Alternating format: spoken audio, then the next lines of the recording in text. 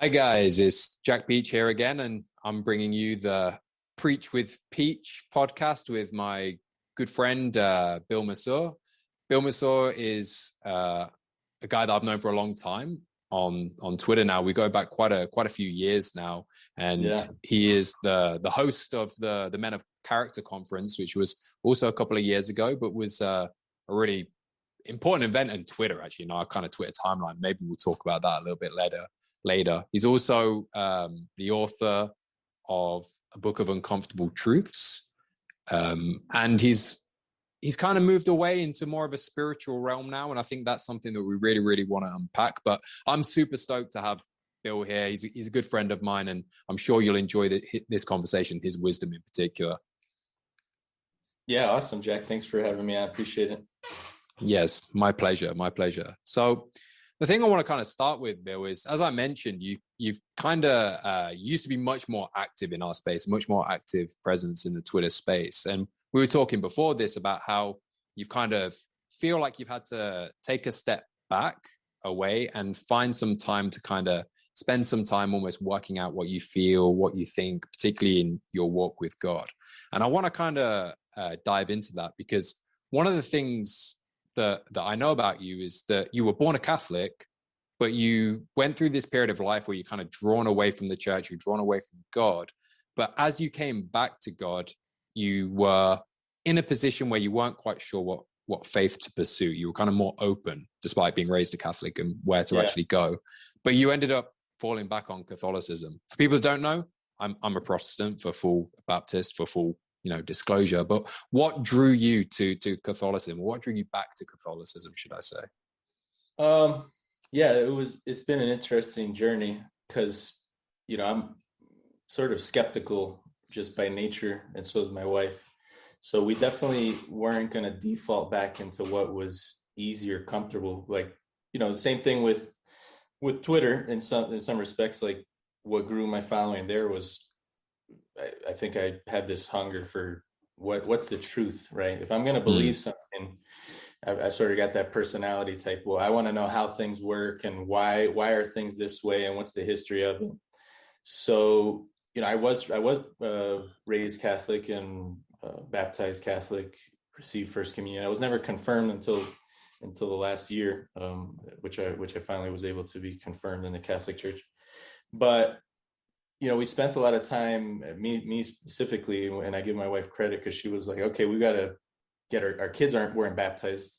And we wanted to do that. I think that becomes more important, especially when you become a parent. You just realize, like, this is missing, right? There's, and I think part of my own self-improvement journey was just realizing one day it wasn't any moment or specific thing. It was just like, I knew that God existed, and I knew there were certain things that had happened in my life, good and bad, where I just knew that there was a creator, right? Like, it just became very apparent to me.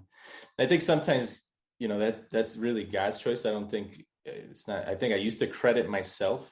I think it's part of our culture to, like, credit yourself as, it's something I knew, it's something I learned, this wisdom. But I actually think it was God that just decided, hey, you know what?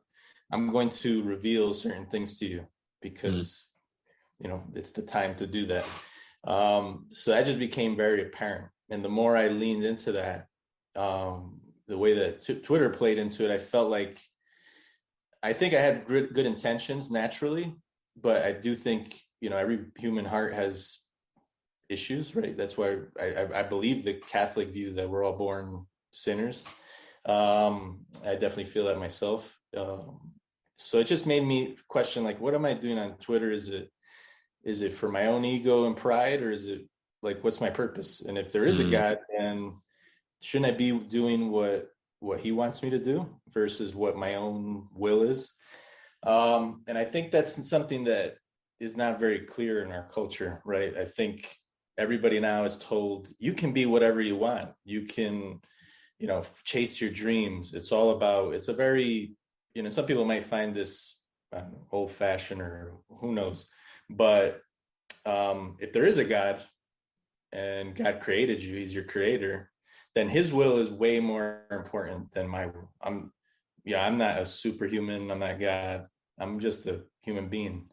So if the being that created me has a will for me, it should be something I should try to discern and know and get in touch with and find out.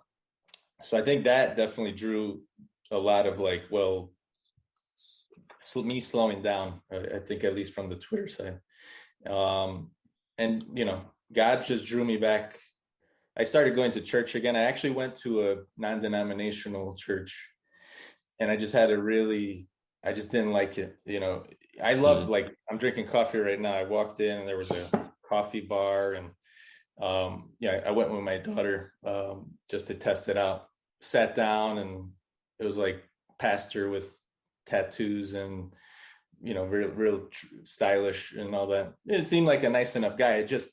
And maybe this is my background, going to Catholic churches as a kid, but something about it just didn't. It's like, if I go to church, this should be a very serious and somber thing. It's just, I don't know if that's a trained thing or if that's something I've naturally felt.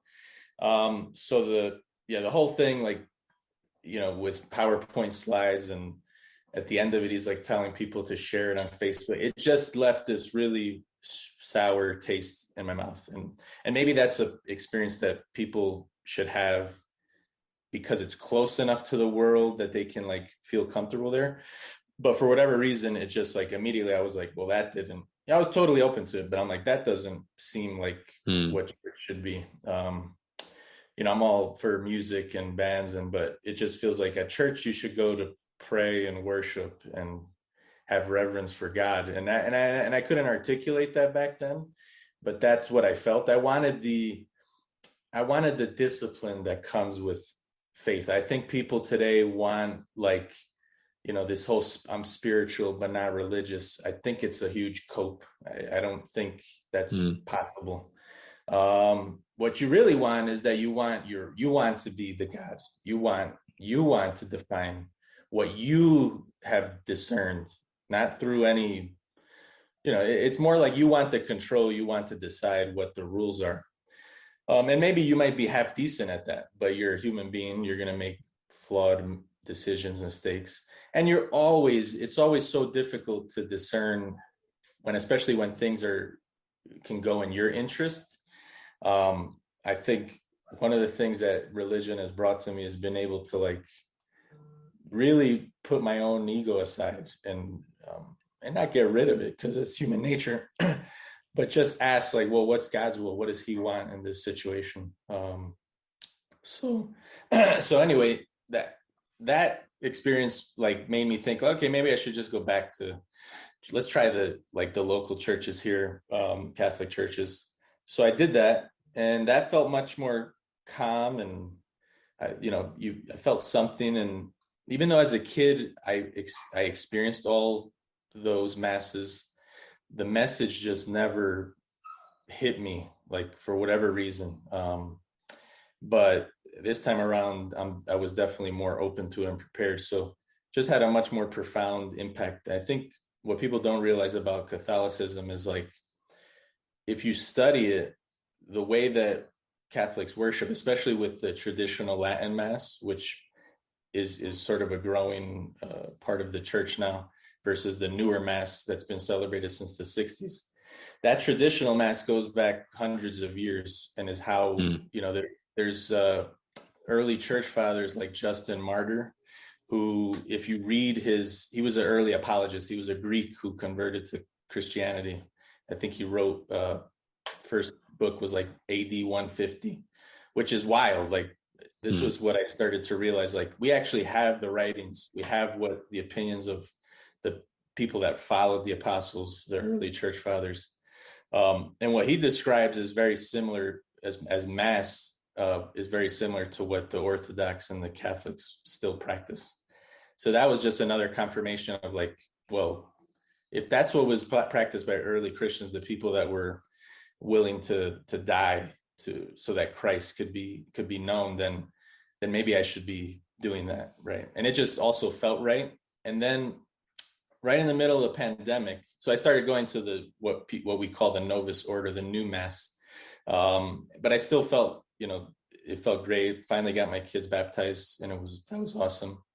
And then the pandemic hit, and I think like everybody else, you know, the churches closed and all that craziness. And as luck would have it, the traditional churches, the traditional Catholic churches, the traditional priests, they kept going for the most part.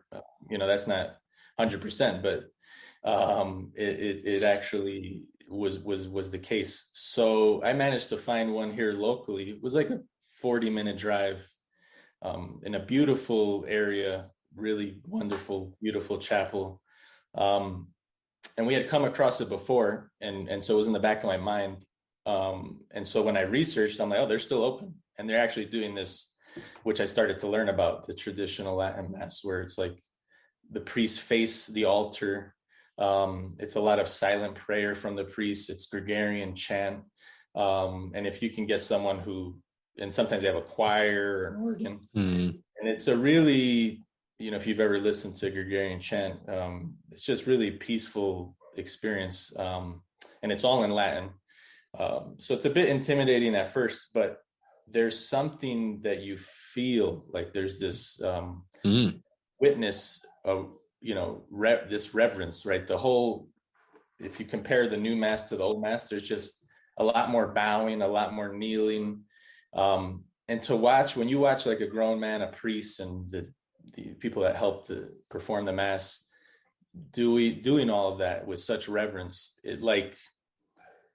it just gives you a new appreciation, and you want to be that reverent. It makes it more serious versus, you know, the Mass where the preacher's facing you.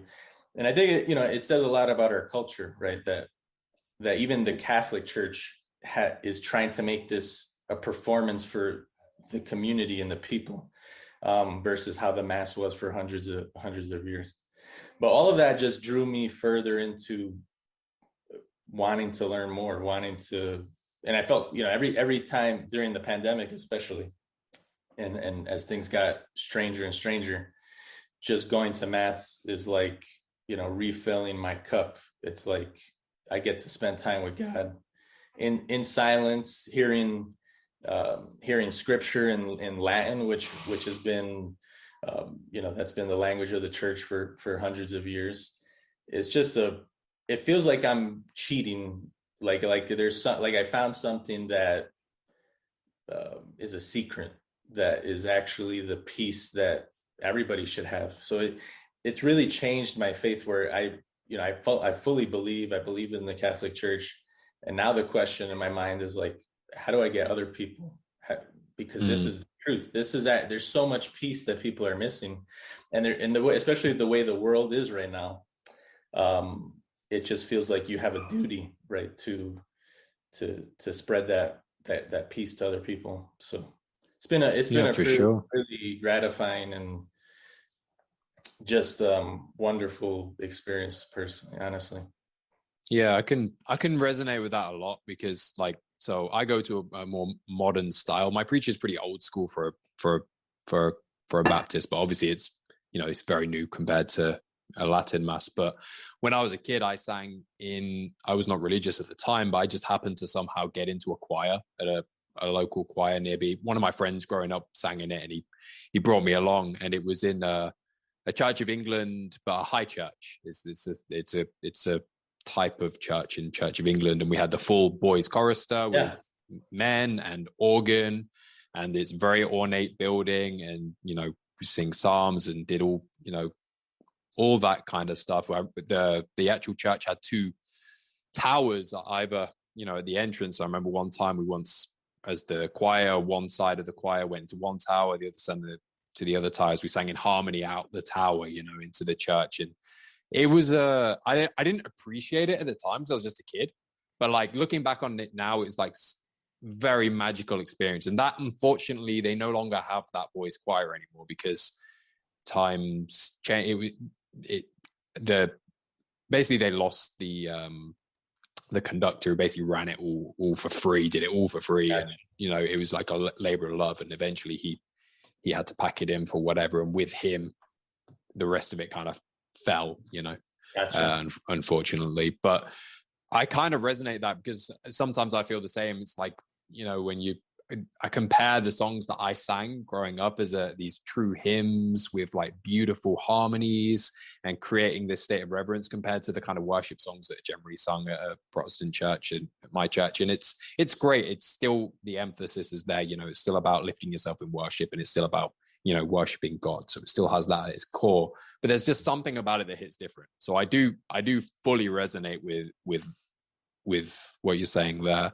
And I do think as well, there's a key point that you kind of kept on picking up within that, of this idea of like, which I'm maybe paraphrasing it in my own words here, but the idea of the humility of the church versus the arrogance of modern society, which I think is a real key point. And I completely agree with you. And it's one of the things that I still battle with in my own walk, is the difference between the humility of surrendering to the fact that somebody else has kind of work this out, and that I have to decide to follow what they have deemed is right, versus the arrogance of me believing what I think, doing what I think is right.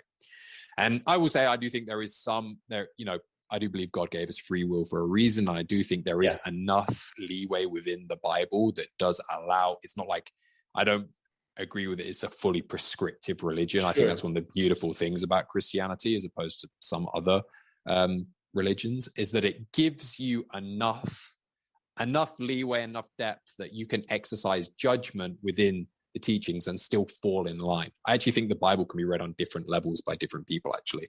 I actually think it's written specifically so it operates on a higher level for people who level.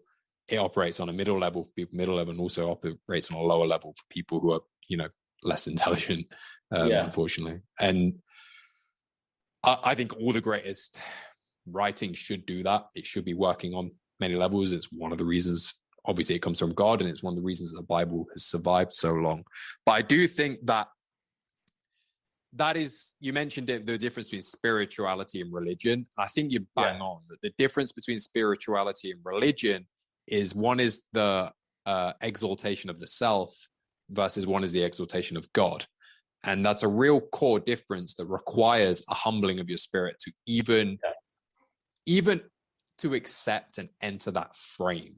And I think it's that core fundamental humbling which is really required before people can truly become religious. So I just wanted to add that on my own kind of thoughts to that as well. What I want to ask as well is, like, you mentioned you feel like your next step is like, how do you find other people, and how do you bring other people into this experience that you found? So have you had any, you've obviously thought about that, but what are the conclusions you've come to? What are as of this point?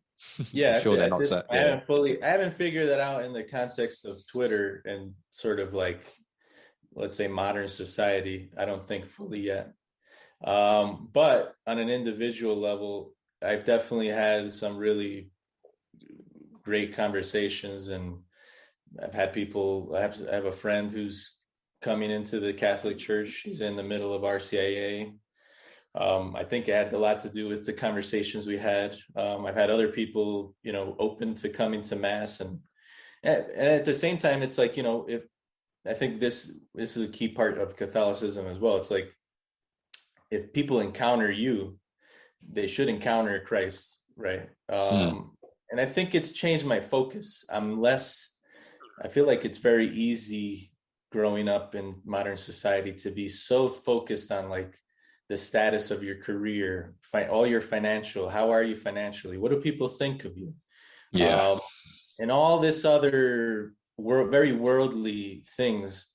The really beautiful part of Catholicism, because it is, just an old religion that hundreds of years old, is that people have written about these things. And so I've used a lot of the writings of the early church fathers, of people, priests that have written books. There's one book called My Daily Bread, which is just such a humble and beautiful book. Like it just has passages on like, it's written in the frame of Christ talking to you. And then he says a lesson, and then it tells you what to pray and what to think. And it's just has helped me reframe my perspective, right? Instead of looking at what the world thinks, what my financial status is, what my career is, all these things that we think are important. It's more about, what does God think? How does God judge my actions? And that should be my most important frame of reference throughout the day.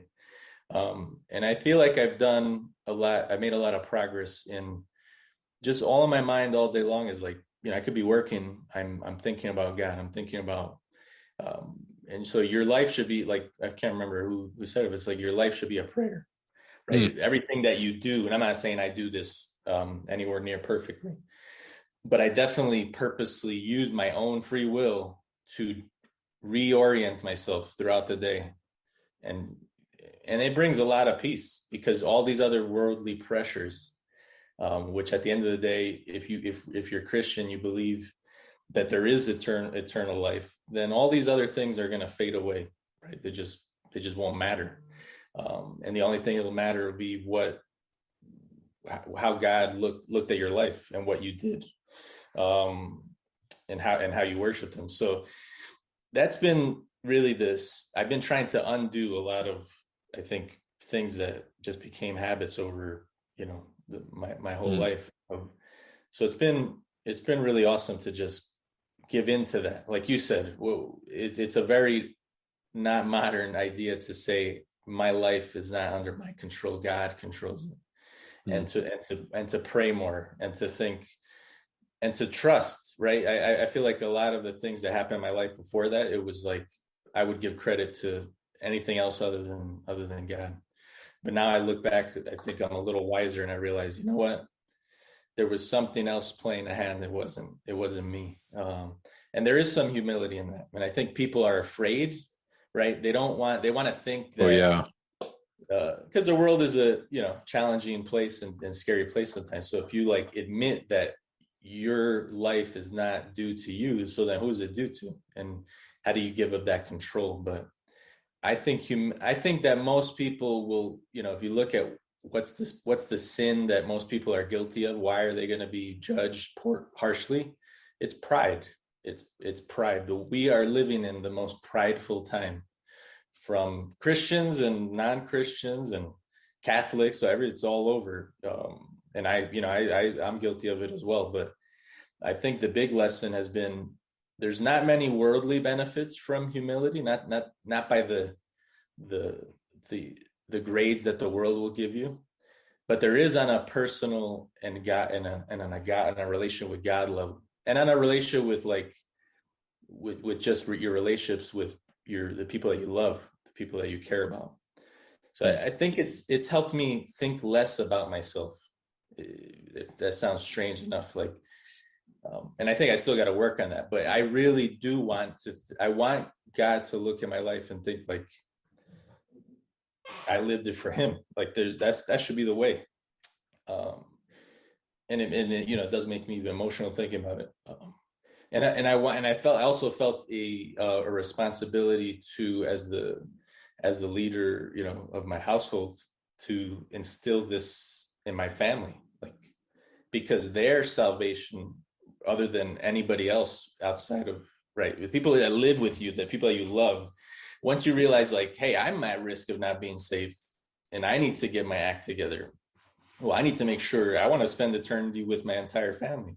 I want to spend eternity with friends, with people like you, with the people that I've built relationships with over my entire life that matter to me. And even the people that I don't talk to anymore, even people that I've had a falling out with, I pray for them. I want to know, I don't know what God's plan is for me. So I think it's been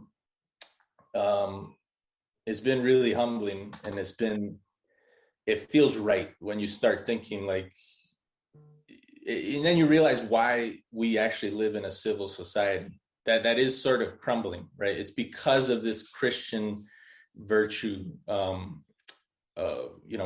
were there hospitals that were St. Jude's, and who built those houses? Those were out of charity, right? So, and a lot of it came from the Catholic Church is the part that you read, that you realize going through history. And why would somebody do that? Why would somebody go and help someone where it actually has no earthly benefit? and it has to do with the love of God. It's only with God acting through you. And so I want that. I want that in my life. I want that in my family's life, my kids' life. So it's been a huge sort of eye-opening thing to realize, and it's taken a lot of pressure off that I've put on myself, around financial things, and honestly, things have gotten better. That's the ironic part, is that the more that I've trusted, God is good. God, he, you might not understand why he's doing certain things, and but it's like I was watching a movie about Saint Padre Pio, really beautiful movie. I think it's called Miracle Man. It's an Italian movie, but there's English translations. Wonderful movie. Everybody should watch, because it's incredible, the things that he experienced. But he has a part of the movie where he talks about that we don't understand, God's plan. And he uses the reference of like a piece of fabric that's embroidered, and there's a child on the floor watching his mother, sew this. I'm not a person who sews, so it might kill the whole story, but she's sewing and he sees the underneath part, right? And he's like, mother, what are you doing? Like, this thing looks terrible. And so she lifts him up and shows him, like, oh, here's what it looks like from the side, where it makes sense. And he's like, oh, that's beautiful. And so Padre Pio's point is that we're looking at the fabric from the wrong, we're on too short of a stool, is how he put it. And because we just don't have God's view of what his plan is. And I think that, that's just very true. And I think the other thing that has happened in the modern world is, like, because the world has gotten a lot easier, and we've lived, we have food, we're not starving for the most part in the first world. We're not at threat of violence for the most part. That's sort of changing to some degree as the world loses its virtue. But let's say in the last 60, 100 years, that I think people, it just has made them forget. It's made them forget that actually really bad things could happen and do happen. And I have friends and family, and they go through really horrific things. And there is no self-improvement, positive thinking. A lot of this, like, self-worship is like, if I only change my mindset, like, every problem will fix itself. It's just a very immature, it's not true. I know people who, through no doing of their own, are in very difficult situations. So what was it that they had a bad thought? It's just very silly. The world has incredible things that happen. Very, tornadoes hit, right? There was a tornado in the southern of the United States that hit a whole community. It was like, I think, like 150 miles an hour winds. Was that someone's thinking? Like, no, this is like life. Life has tragedy, right? And even if you haven't faced it, you should feel lucky that you haven't. And how you deal, I think the beautiful part of Catholicism is, like, learning how to suffer well, and not only just learning how to suffer well, but almost desiring it for the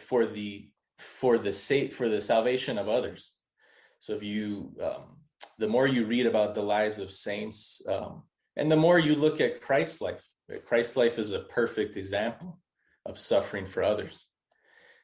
So I think this, there's newer forms of Christianity where it's like, well, actually, you want to be Christian so that, here's all these benefits that you can get.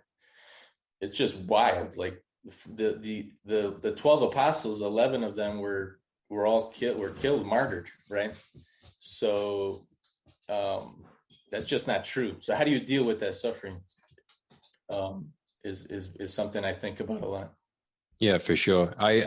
Obviously this all, like, strikes home to me for reasons I'll talk about probably in a moment, but I also have a great example of that in my own life. Like, one of my kind of mentors in this area is an American dude married with a Thai woman, and they've unfortunately been able to have kids. Now he had kids from a previous relationship, but they've been unable to have kids, right? And they're, in their 50s now. But to look at them and to see them like as they are, you would never believe that this, like you would never, there's no bitterness in their hearts, right? They are positive, loving, caring. They give to as many people as they can. They give their time. They give their freedom. They mentored a couple of young girls who are, you know, local to them, and they've discipled them and give them almost like a second home with their parents as well. Often these girls are a bit, you know, come from more deprived families, and they just do it because they want to, you know, they want to give back. They want to give to this person, give them salvation, etc., etc. But there's just so much beauty that comes from their heart, where there could be so much pain if they didn't have this love for God, right? Because I've talked to them privately, and you know, I've said, you guys are really an example to me and my wife, because you've not become twisted by the circumstances that you're in. You still have this lust for life and lust for God, and it's beautiful, and everyone can see it. And in terms of like one of the things you know, in terms of evangelism, in terms of you talking about how to bring people to the church, I think that kind of behavior is far more effective than kind of the stereotyped image you have of like a missionary. And there's some of those that are around us as well, where it's a bit more, should I say, pushy. I don't think it's as positive, and it's not really, for me, a healthy expression of God's love, actually. I believe. But yeah, so I completely understand that. The other thing you said as well about the embroidery, like we're looking at it the wrong angle, right? I saw another quote. Someone shared this on the timeline recently. I forget who, from C.S. Lewis, who put it in another similar thought in a different metaphor. That when we first joined the church, it's like we're a broken building, and we join the church, and then it's like, okay, you can see God's this part. I knew this part needs fixing. You know, God's fixed that window; it's broken. Saw this part's broken over here. You know, I knew that needed fixing. But then, well, hang on a minute, he's just knocked down this wing of my house, right? Like, I don't see what the purpose is here. But of course, he knocks down this wing to build in a palace, right? The idea is, and we can only see it after the fact, right? We can't see what he's doing during the construction process. And obviously, this was something that resonated with me at the time because of, you know, what I'm going through myself in my own life with my son, and what me and my wife are going through. So it's very, it's reassuring to see these things, and it's always very humbling and grounding. But I want to go back to something else you said as well before about control, right? And that people are not willing to surrender control. And that's because we try to control what we fear. You know, control is like a response to fear. If we fear a situation, we can't just trust it to play out, right? And I think this is one of the beautiful things about having true faith, like true faith, not just not just an expression of faith, is that true faith is a surrendering of control. And that surrendering of control means that you must either believe in, you know, salvation, you must believe in something that coming later, that means you can not fear what's happening now, right? And that's kind of the grounding, and that's why that's so important. But also just trusting in God, and then being able to surrender that control and just have faith that, as you say, everything's going to work out. And once you do surrender that control, things do tend to get better as a result. It's when you try to manipulate every outcome, or you want to have, I need to get X, Y, and Z, that's when things start going awry, right? That's when things start going out of line. You say, I need to have this result, otherwise it's going to be, you know, things aren't going to be right. And suddenly this expectation is not met, or you end up going elsewhere, something hits you, and suddenly you end up in this whole new situation where you're in a whirlwind of, and I think as well, that is the time when people are most susceptible to finding God as well. I think that there is an element of that where you do realize that you've tried to be in control and you give up. It was futile. You realize something in life slaps you in the face and says, nah, you ain't having that. You gotta realize the reality of this situation. So I thought that was a really, really poignant point as well. I wanted to talk about how that, because I think you made me think of some of the gospel, which is, if you think about the reactions of different apostles, right? Like, so you have Saint John, who at the Last Supper, right, he's called like the beloved disciple, right? Christ's favorite. and he's literally laying on Christ's breast, like almost like a baby. And he asks him, like, who's the one that betrays? And Christ tells him it was Judas. And you think about St. John's reaction, a lot of our reactions, if we were in his shoes, or if St. Peter even was in his shoes, because, St. Peter attacks the Roman guard and slices his ear off. Maybe it would have been to, capture Judas and hurt him. But what was St. John's reaction, right? St. John trusted so much in the Lord that he just didn't do anything. He just trusted that he knew it. He had enough wisdom to know that this was actually God's plan. And then the other, ironic part of that story is that he's the only disciple other than Mary and Mary Magdalene that actually is at the foot of the cross. So I think those stories are just powerful. If you look at the lives of the saints, that willingness to surrender. And the interesting part is actually I found some of that surrendering, like thinking, in a lot of more New Age books at first. So one, forget his name right now. I think the book is Power, David Hawkins, Power versus Force. He's written a bunch of books. But one of them is actually, I think it's called Letting Go.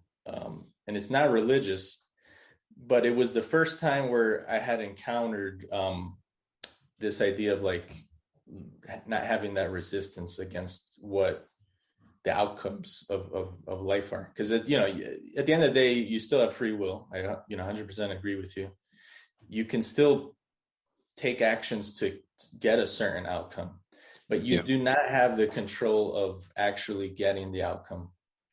And if you think you do, and maybe at times it could appear that you do, eventually you won't. And that's just how it is. So yeah, I think there's something that brings I think if you look at the modern world and the level, like, let's look at the world's reaction to a virus. Like we're looking at the opposite. We believe because we think we know enough that we can control the results. We can save ourselves. We can save everyone else. And it's made us do very irrational things, masking little children. And then we were like, well, we shouldn't mask them with cloth masks. Let's put N95s on them. Is now the discussion. It's just we're like that person trying to control something that is like sand that's sifting through our heads, versus realizing that sure, your actions matter and you should take prudence in your actions. If you're older, you're someone who has comorbidities, or you're overweight, or you're not healthy, sure, take actions. But believing that you can control the day that you leave this earth is foolish, I believe. Because there's plenty of cases where someone's either on the verge of death or in a horrific accident and they survive. And that was no doing of their own. Someone else decided. And if you believe in God, then you know who that someone else was. And so I think it's just, there's something that changed in 2020. I don't know if it's like a majority now don't believe in God, which, there's some polls that say that half the people in America aren't attending mass, all over, all denominations and all religious sects. So something switched where because we don't trust, then, society loses its foundation almost, because the foundation is God's will. And when we trust in him, things work out. And when we don't trust in him, it's like we're out to sea without a paddle. And I think, the modern world thinks that with all it's almost very, we're distracted, right, by a lot of the technology, a lot of the advancements that we've made. Yeah. That at first, replace things and make things easier. But when they become the center of, instead of making your life easier, they actually become your life, right? So instead of like using it to help build actual real relationships, it actually becomes the relationship that you're centered on, and a lot of bad things occur, right? Agreed. So I think that's what we're witnessing, is like the world itself does not trust in God's will and is trying to be God. It's trying to control things that are not actually in their control. And then it's causing, because they can't control it, they're acting out, right? It's why people are being segregated based on vaccination status and all other craziness. So yeah, I totally agreed. Like the interesting part has been, for me, the part that's brought me a lot of peace is that I feel like God has put me on his bosom and said, don't worry about all this. Like, focus on me. The world can go mad. And there's a lot of, if you can actually do that, which, I don't do that all the time, but, when I go to mass weekly, there's a moment towards the end of that mass where I feel like completely at peace. It's just, and it goes away, but yeah, that's why I go back to mass. That's why I go and confess. And that's why, what I've come to realize is that the Catholic Church is a hospital for the spirit. It's like the reason for the sacraments is not actually for you to go and do something for God. It's actually the reverse. It's like these things are there to actually give you access to God's grace. And so it's been sort of, the timing couldn't have been better. And I'm just super grateful that occurred. And at the same time, I'm like, well, how do I, in a time where the Catholic Church has also an amazing amount of problems, right? And almost all religious sects, right? Because they're ran by human beings that are flawed. And even the Catholic Church's Pope, like, I disagree with a lot of what he seems to believe personally. And that's very challenging. So how do you convince someone to come into church and they see the Pope's actions and they don't make any sense? So, I don't know if we want to get into this, but I actually think that my realization has been, I think we're living through, if it's not the end times, it's the early birth pains of the end times. Oh, yeah, I agree. From the Catholic Church's perspective, we're at, the catechism, the catechism is like this, it's an additional book that explains, like, well, here's what we believe as Catholics. And there's been several of them over the years. But one of them says that the church itself will actually go through the passion of, just like Christ did. And I don't know how you don't view, especially as someone who's a traditional Catholic, where the Pope is actually restricting the Latin Mass. He's trying to get rid of it. I've heard, yeah. And I don't know how you don't view that as, like, the church is in a passion, right? It's very clear that we're trying to change the traditions of the church, especially this Pope and a lot of the hierarchy. So, and we can talk more about that, but I think it's super interesting from the church's perspective. I actually read a book too that hasn't been released, that a friend wrote under a pseudonym, and it's fascinating. A lot of the scripture, a lot of what the saints have said, and how, if you take those lessons and you apply it to what we're living through, we are 100%. If you just read this book, you're like, we're living through the passion of the church. So the same way that Christ had that passion, if Catholics believe the church is Christ's bride, and so the church will suffer the same passion in preparation for the second coming of Christ. So at the time where it will appear to be the most helpless, and the church will be completely defeated, just like exactly as it was on the cross, when it seemed like they had killed God, actually he was getting ready to conquer death, not just for himself, for everyone. So I think those things have made me a lot more at peace of, like, the world could be going in a really bad direction, but in the larger scheme of things, if we had the view of the embroidery from the right angle, we would understand that this is all just part of God's plan, and he wins in the end. So I just need to make sure I'm on the right side. One of the interesting things about that is something that I've kind of been wrestling with myself when chatting to the same guy I was talking about earlier. As I say, he's a bit of a mentor of mine. I was talking about this, the fact that it seems like, we're not quite in the end times, but it does seem like the warning signs are there. right? There does seem to be a a move towards. You can very easily see how vaccination passports can turn into the mark of the beast. That's not a hard jump to make, and it's not a hard leap to make, and many people have made it. You can look at the talk of, the talk of it begins with a plague, right? And then the second horseman, the third horseman, the economic collapse, if we think about the Great Reset, which is being talked about openly. All these things kind of fit in with this plan. And I was talking to this guy about it, and I was a bit down. I'm younger, I'm not as mature as him. I'm definitely not as a mature Christian as this guy.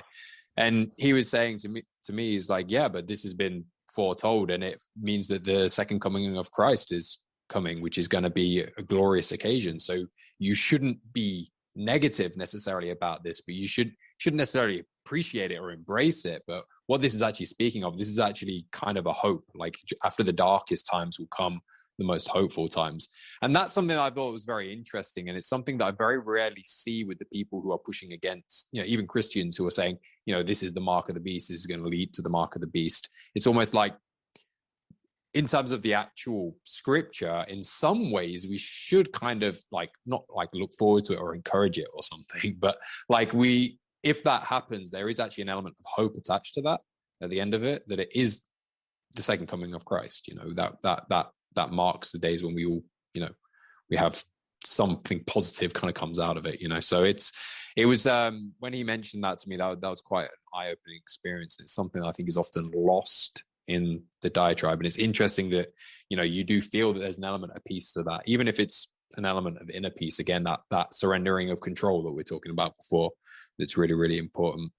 On that line as well, talking about the same kind of topic, one of the things that I think is interesting is, I have a pet theory that I believe technology in its current form is demonic. So I know I'm talking to you through an iPhone at the moment. So I'm engaging with it. I'm a hypocrite, fair enough. But I do have a feel, I do really believe that. And I do think there is elements of modern technology. And I make a difference between what I would call what's the word I'm looking for? Kind of analog technology, which doesn't require electricity to use. So for example, a glass is a form of technology, right? Before we had glasses, that's the type of technology, but it's not the same kind of technology as an iPhone, right? And I make a distinction here because one of the things that's talked about in the Bible is that the devil is the Lord of the air, right?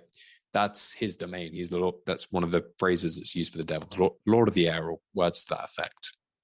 And when you think about the way that particularly media and technology is used, we're transmitting this basically through the air, like Wi-Fi, 4G, 5G. All these things are in control of the air. We can't see it. We don't have any access to it, but it works. Clearly, I'm talking to you, and we don't really understand it. And these things all seem to be moving us in a direction that disconnect us from our humanity, in my opinion.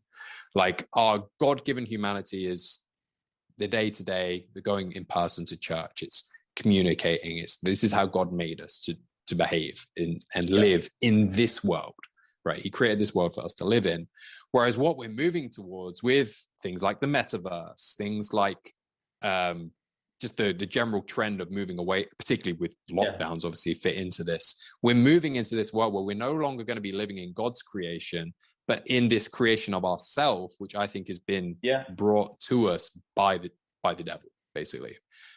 So that's one of the things that, one of my pet theories, one of my more esoteric theories. I'm sure there's people listening to this podcast that are like, whoa, you guys are crazy.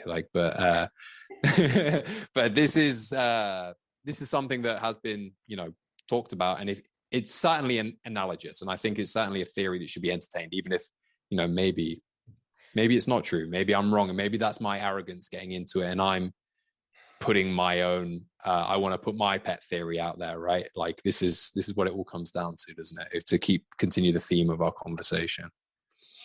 Well, no, I think there's something to it, right? If you believe in the fall of humanity, right, and the story of Adam and Eve and what the punishment is, and we get exposed to good and evil.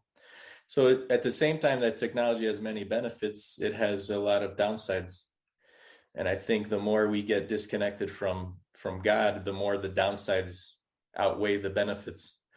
And I think that technology, if you think about all these lockdowns, and a lot of what we've put up with has been because we've had the technology.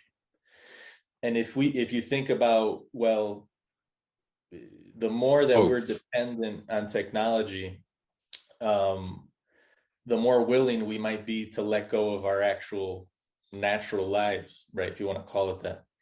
And so that is a scary, I think, proposition, right? Because so there's a metaverse or whatever they're proposing that the future will be, right? Where there's this virtual world. Well, then if my life is in a virtual world, well, then the things outside of that, somebody could destroy them and I will be less attached to them. So it's a trap is what it is, right? So, and, I think if you look at the current state of a lot of people's mental health, should be concerning, right? Regardless of how you view technology. I work in technology, so I have I have an inside view, and I appreciate the improvements that that it's made, but you can't make it an idol, right? All forms of idol worship cause destruction, and so we've made a lot of idols. We've made financial prosperity is an idol. We've made technology an idol. There's a lot of idols, celebrities, right? That whole culture, definitely a lot of idol creation, and none of that leads to anywhere good. So I think, the interesting part has been the last couple of years for me have been very routine based, and they're very simple. Like my routine on a week-to-week basis is very simple, and I've never been more at peace. And I feel like a lot of people, they don't have that, and they're searching for peace in the world in the wrong places, right? And they, you need the new latest thing, and right, and it's like you're not going to find it there. You're looking down the wrong avenue. So it's somewhat, it's pretty tragic in a lot of ways. For sure. Yeah. I on that point about technology enabling this situation that we're in, I 100% agree with that. I wrote an article about this initially when it happened, when a lockdown happened, and I'm pretty happy with my predictions in that article. Let's put it that way. It was it almost came at the perfect time, like if we didn't have Zoom calls, the whole of society would have collapsed, things like that. But anyway, that's probably another topic. So we've gone pretty deep on a few different things. I want to change tack a little bit, because one thing that, as I mentioned right at the beginning of this call, we one of the times we first kind of came into contact was through your Men of Character conference, and that's something that was, a couple of years ago now. I imagine most of the people listening to this probably aren't even aware of it, because it was a few years ago. But basically, I'll kind of explain a little bit from my perspective, and then I want to throw something over to you. Basically, Bill here organized an online conference, getting together all the finest minds of Twitter, including many people who are very big names today, who was still big names. I remember Alexander Cortez was on it, Ed Latimore, myself, the big names. And it was a really, really great thing. And one thing I wanted to ask you is, like, have you ever thought about putting together something similar, but as you have developed in a kind of the development of your character in your sphere, almost a Men of Faith conference? Is that something you've ever thought about, or you've considered a similar kind of thing? I'm sure it was a lot of work from your part, right? So I know maybe you're not in a position to do that. Yeah. But No, I definitely have. One, I like the Men of Faith name. I hadn't thought of that. That's good. You can have it. I actually purchased the URL, I don't know, like a year ago, called I think it's like the God-Pilled Summit, or God-Pilled, sort of playing off the all the pill metaphors. And so I definitely have thought about it. I think so. I don't know. I don't know. Part of me has thought, like, I'm still discerning what God wants me to do there. You know, Mm. I'm at the same time that I've come to all these personal realizations. I also want to make sure, like, if I'm going to talk about these things, that I'm prepared to defend them and I'm prepared to argue for Mm. them.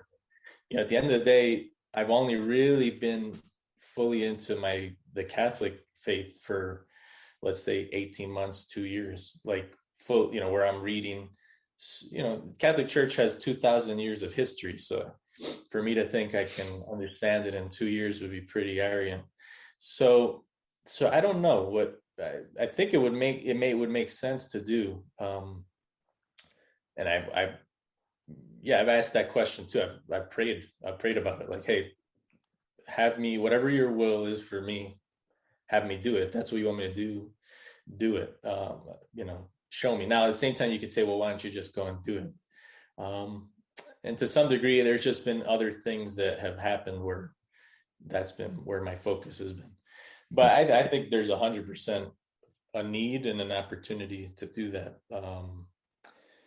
And the other part I balanced is, you know, what should that focus be? Should that focus be just about believing in God in general, or should that be about the Catholic faith? Because my own personal journey is that it's just driven me towards Catholicism Mm. as being the truth, that it's true and that we should all be Catholics. That's basically my conclusion. So how appealing that would be to other people that are not Catholic, you know, probably would be challenging to make that appealing. So, but it would be what I would want to present. So that's been what I've been figuring out. And even with Twitter is like, how do I talk about this? You know, in some ways, it's something that is not the easiest thing to summarize on Twitter. Oh, for Because sure. there's a lot of counter arguments that, you know, other Christians have, and that require a little more discussion to understand why Catholics, you know, believe certain things that on the face of it, they don't appear to make sense. But when you understand the tradition and the history and how they came about and what the scripture is that they're using for the basis of that, then it starts. But that is not the simplest, you know, you can't do that in 280 characters. Yeah, it's not the right medium for that kind So of I've been message, thinking, unfortunately. but yeah, to answer your question, I've 100% been thinking about that. So I've also had like, yeah, I'll go add a ahead. little bit on that. Like, obviously, like, Yeah, I would say, you know, you don't have to be the encyclopedia on there, right? You can just be one of many voices, just to give you. You don't have to have had, you know, yeah, I was an atheist until about 2 years ago. So, you know, like, but I can still talk about what I understand on my journey, right? I'm definitely by no yeah, means the even the most religious person, probably definitely on this call, let alone like anywhere else, you know. So but I've still got, everyone on their path has something to add, right? They can always sure. add something to other people. You're always one step ahead. You always have some experience, some insight, which can help other people. To go back to your own, we talked a bit about kind of how you can bring people to Catholicism. In my own life, one of the ways that I've kind of developed kind of relationship evangelism, or my own little methods on terms of how I use Twitter in one way, is to just plant seeds of Christian messages so that when people encounter the scripture, it already resonates. Like, Yeah, for me, that's kind of how I approach it. And whether that does yield any fruit, I don't know, only God does. But that's how I approach it. And for some people, I'm sure that's effective. For some other people, it's not effective. Everyone in different parts of the journey will be yeah. responsive to different messages. So that's me trying to get you to do it anyway. So I think it'd be a good idea. I think it'd be super cool. And I do think there's a growing interest. Like, I think one of the things that's happened out of COVID is there has been people who have started to look elsewhere, and they've questioned the narrative. There's been a lot of people who are blind within the narrative, right? There's no doubt about that. But I do think COVID has caused at least a subsection of people to question who weren't previously. Sure. You know, people in our sphere of Twitter were ahead of the curve, as it were. You know, we're all kind of pretty woke in the non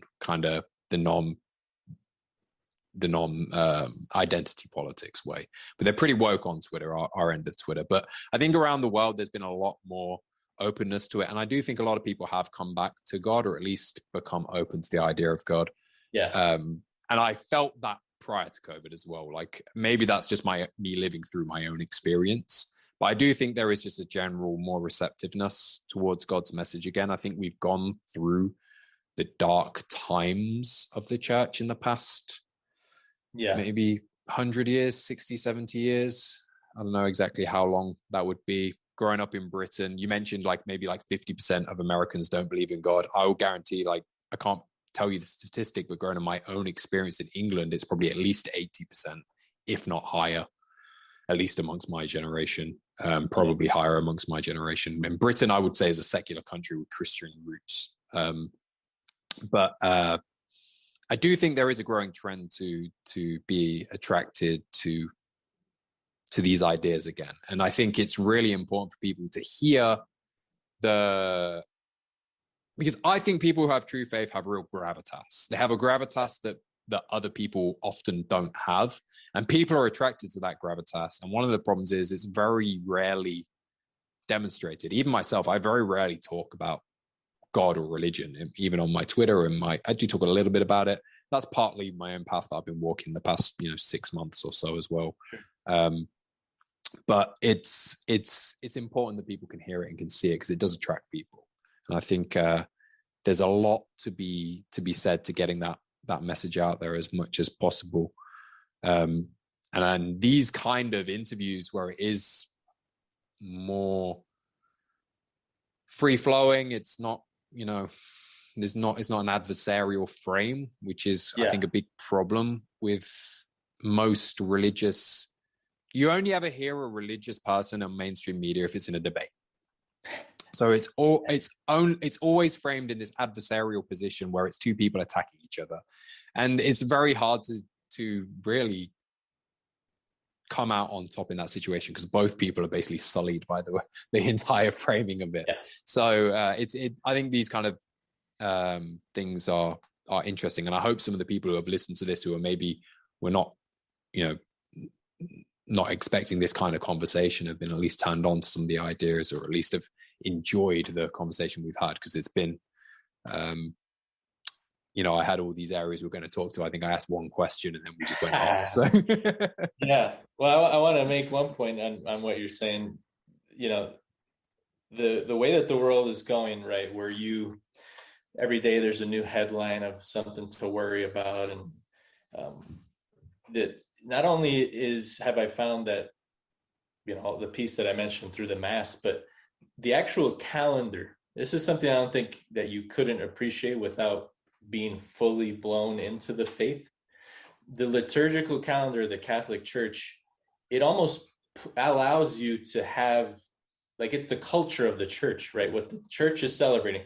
So if people don't know, as Christmas is approaching, for weeks, 4 or 5 weeks, 6 weeks, we're preparing, reading scripture that is related to Christ's birth, reading scripture that's related to John the Baptist.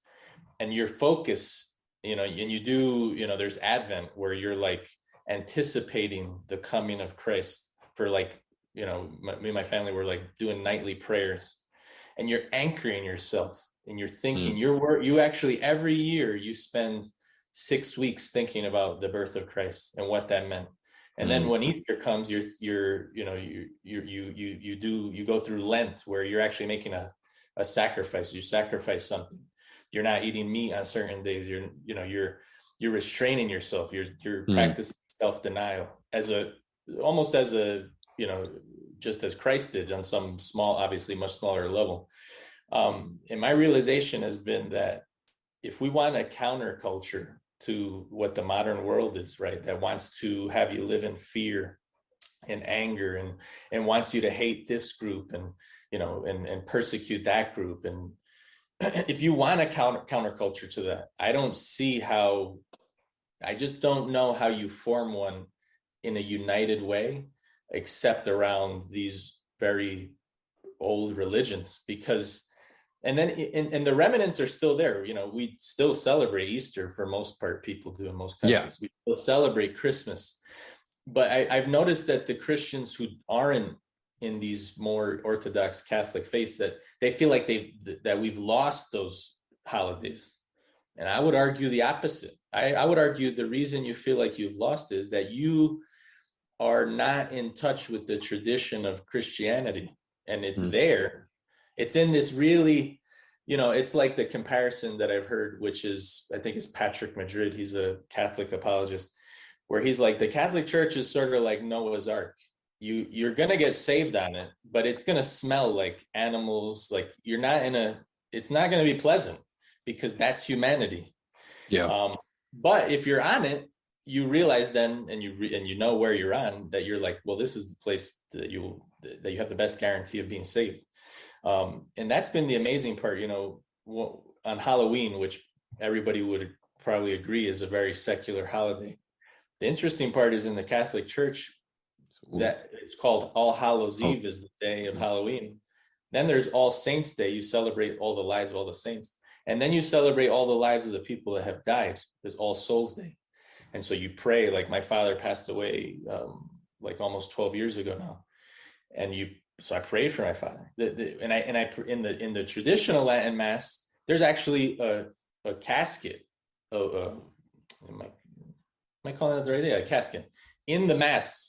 And so my father, I actually never buried him. So this year was the first time I went to that Mass. And it was almost like I was burying my father. Now, some of you might be like, that's like morbid. You have no idea the peace that it brought me to think like we were performing part of this Mass for my father's soul, right?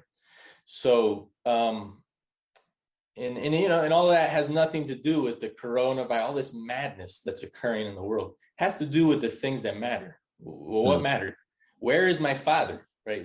In Catholicism, we believe in the concept of purgatory, this idea that you're still going to heaven, but you're not pure in heart. You can't be pure. You can only be in heaven if you're completely pure of heart.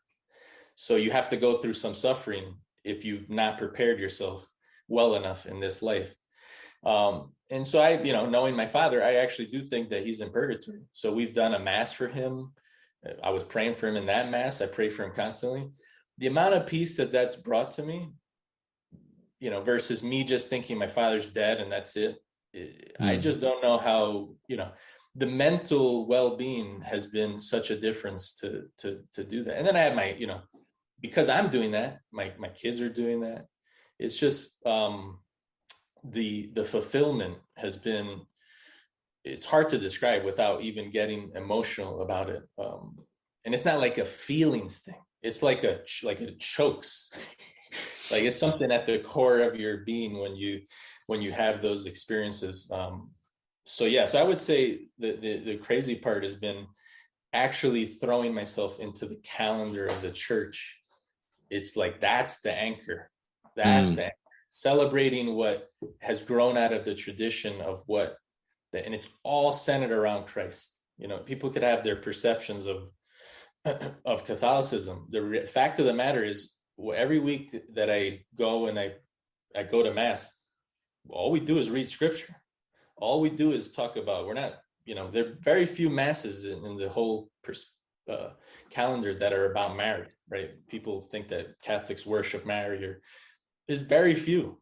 And they're very appropriate. When they are there, they're very appropriate because they have something to do with the birth of Christ or with the death of Christ. Or they help explain why we're saved, because they look at, well, what happened to Mary when she died? So it's a very, like you mentioned, there's like levels to reading the Bible. I think my realization with Christianity has been that there's things that are beyond the Bible that have to do with tradition, because when there wasn't a Bible, everything was passed down by word of mouth, right? There's scripture that says, follow I forget how it's framed, but basically Paul says, I can't remember the book, but he says something like, by tradition or by word of mouth or by written word. And even if you look at the Bible, the books of the Bible were chosen because those were the books that were said at church. Like that's what made it legitimate. The books that ended up being in the Bible was because, oh, that book, yeah, we use that in our sermons. We're using that at mass. And if it wasn't used at mass, like the Apocryphalia and all these other books, right? These books that people today use to slander Jesus, saying that he had a bride and all, he had brothers and all this other craziness. Those books weren't used at mass. And that's how we determined the books of the Bible.